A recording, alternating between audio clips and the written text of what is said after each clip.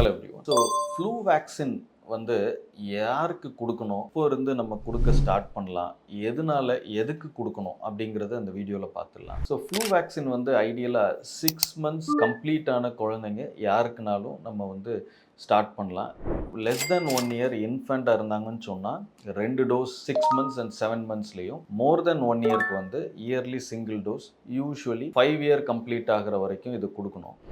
எதனால இது வந்து கண்டிப்பாக எடுக்கணும் அப்படின்னு சொல்கிறோம்னா, யூசுவலி அரவுண்ட் இந்த மான்சூன் டைமில் வந்து ஃப்ளூ வந்து ரொம்ப ஜாஸ்தியாக இருக்கும். இந்த less than 5 years old kids வந்து ரொம்ப அதிகமாக ஃப்ரீக்வெண்ட்டாக சிக் ஆகிறதுக்கான வாய்ப்புகள் இருக்குது. ஸோ ஐசியூ அட்மிஷன் அண்ட் ரொம்ப டேஞ்சர் ஆகிறதுக்கான வாய்ப்புகள் இந்த ஃப்ளூ இன்ஃபெக்ஷனில் வந்து இந்த லெஸ் தென் 5 இயர்ஸ் ஓல்டு கிட்ஸ்க்கு வந்து இருக்குது. அப்படிங்கிறனால தான் இந்த ஃப்ளூ வேக்சினை வந்து எடுங்க அப்படின்னு சொல்லி ரெக்கமெண்ட் பண்ணுறாங்க.